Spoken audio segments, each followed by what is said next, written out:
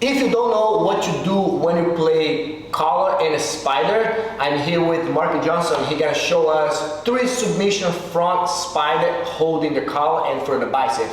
I think he's one of the best out there in terms of scramble, reverse, and a lot of people struggle with managing the spider. So he's gonna show us 3-leg attack that it might be one of the solutions for your game. All right, let's do it, Marcus. Let's get right into it. Okay, so we're gonna be playing a spider collar, and these techniques work if my partner is standing or if they're on the knees.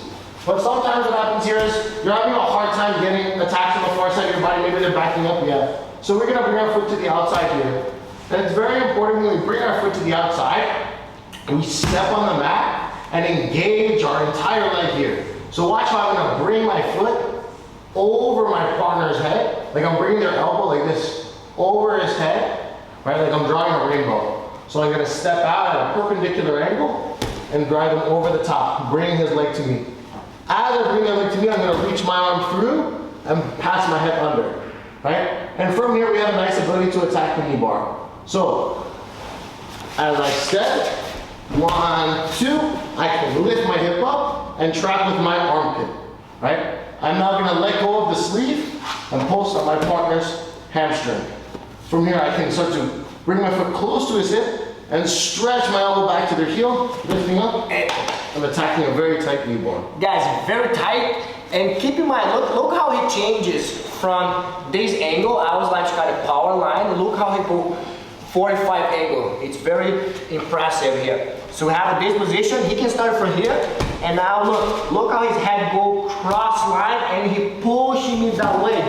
It's very hard to actually get into a head cross face from there, and now look how he's climbing his hip and raise his hip really high, and now from here, doesn't matter where I'm turning. If I'm turning that way, I'm tapping. If I'm turning this way, I'm tapping. It's very powerful knee bar. So let's go again. So what happens from here? Standing here, look, here, same thing. Look how he pulls his foot on the mat and push. Yes, and then, so the key point is, look at his elbow, pinching him right on my ankle right there. Far hands blocking. Look how hard it is for me to change. So now when he elevates the hip, it's landed very tight, and then tap is right there. Very, very impressive. All right, let's see another one. So that was number 1, okay? Move back a little bit. Good. Sleeve, collar.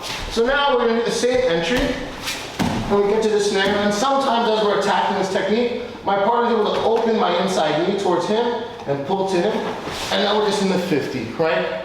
The 50-50 sometimes gets a really bad rep because people like to stall from here. But if you're attacking the whole time, it's very beneficial. So notice when he sat through, his leg went kind of straight. This is what we want to utilize. So I'm going to use my free leg like a pendulum. Ready? And I'm gonna start rocking my hips. Look at this motion. And you're gonna see, as I rock, I'm able to swivel my hip on top of my partner's kneecap as I bring my far arm in front of his knee. 1, 2. Oh, he really elevates your hip. Now I step on my partner, the armpit. Yeah. And I can relock the knee. And it's very similar, but coming back from the 50-50, right? So when you focus, Marcus, it's very important for everybody to see like where you're targeting right here. So your hip are underneath my leg. So you're targeting the kneecap, right? So he's holding, copying my kneecap, and now his hip, when he uses the far leg, look how he rotate and using this hand in here, and now look how high his hip is, and that's what makes the knee bar very effective. Very, very cool. So let's go again. So look, goes here, spider, collar, look how he's going that way. I want to defend the knee bar. Maybe I can even push here and start going for the 50-50, right? I might think I'm strong right here, but then he comes back and reset the knee bar right there, which is very nasty.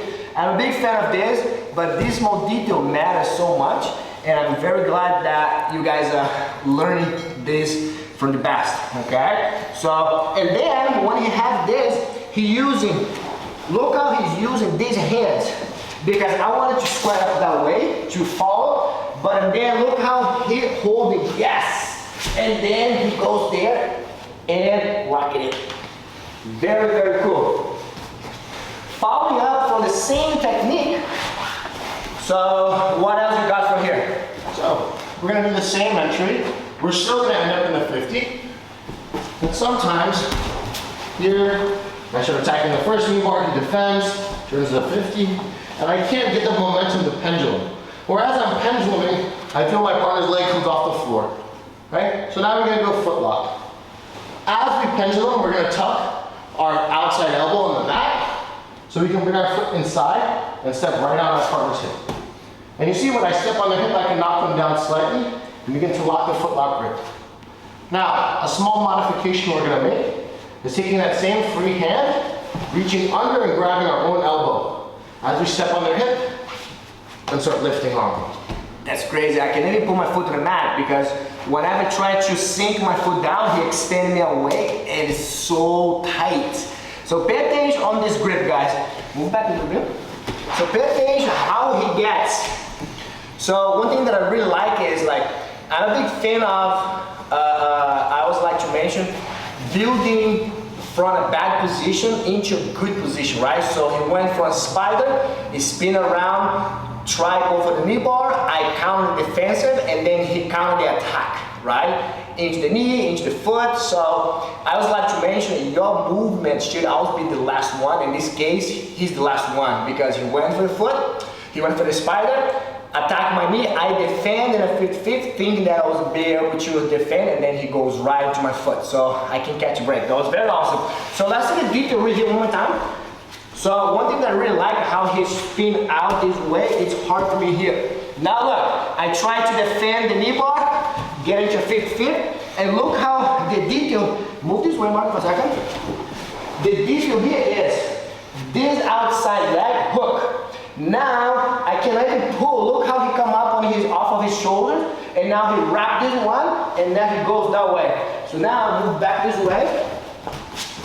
Look how he has my foot trapped in a kind of like hugging idea, and then this foot is really stuck. And now this is the key. He's going down. It feels like my foot is gonna pop. My leg is gonna tear apart, and that was really cool.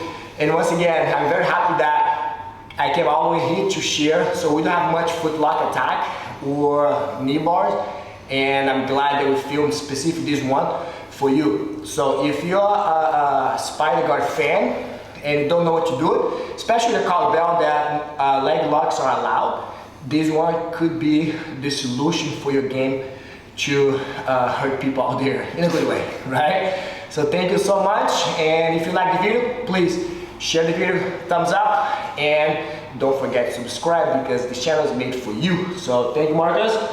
My pleasure to be here, and I cannot pronounce it. Say that again? Heritage Jiu-Jitsu. Heritage. I had to be faster, so I apologize, but you can see the name around the back. So if you're in New Jersey now, just come check it out. I will leave the address around the link on the description of the video, so you guys check it out. So thank you, Marcus, one more time, and big os. Big boss.